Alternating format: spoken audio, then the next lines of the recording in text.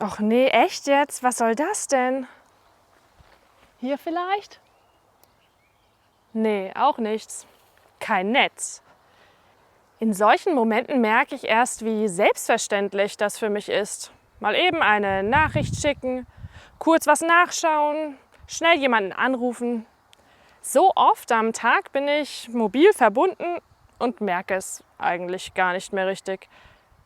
Außer wenn ich plötzlich im Funkloch stehe. Kein Empfang mehr. Ich kann zwar noch auf Senden drücken, aber es kommt nichts mehr zurück. Keine Antwort, kein Zeichen.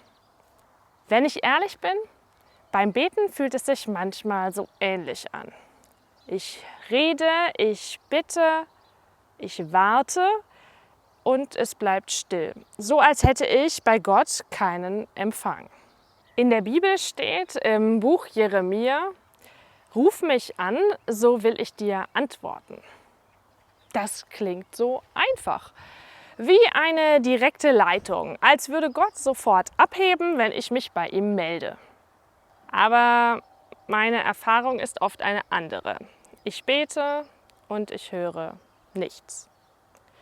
Gibt es bei Gott vielleicht auch Funklöcher? Oder bin ich einfach nur zu ungeduldig?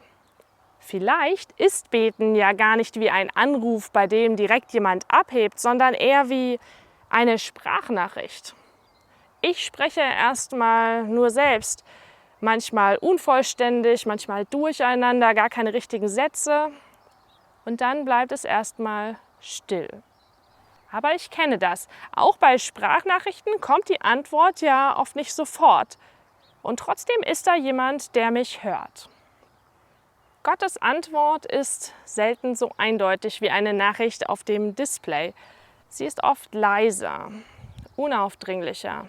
Eher so ein Gedanke, der plötzlich da ist, ein Satz, der mir später wieder einfällt, ein Mensch, der im richtigen Moment auftaucht oder ein Wort, das mein Herz berührt.